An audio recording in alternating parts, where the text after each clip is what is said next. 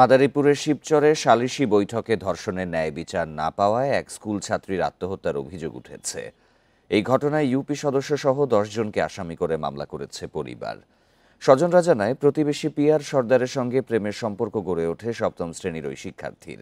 এই সম্পর্কে সুযোগ নেন পিয়ার, তবে বিয়ে করতে অস্বীকৃতি জানালে মঙ্গলবার সালিশি বৈঠকে বসে এলাকাবাসী। স্বজনদের দাবি, বৈঠকে ন্যায় বিচার না পাওয়ায় বৃহস্পতিবার আত্মহত্যা করেন ওই শিক্ষার্থী। এই ঘটনায় দত্তপাড়া ইউনিয়নের 6 নম্বর ইউপি সদস্য মোতাহার হোসেন সহ 10 জনকে আসামি করে মামলা করা হয়েছে। ওই যে লাস্ট ওই যে পোস্টমর্টমে পাঠানো হয়েছে, তো আইনগত ব্যবস্থাতে মামলা রুজু হয়েছে।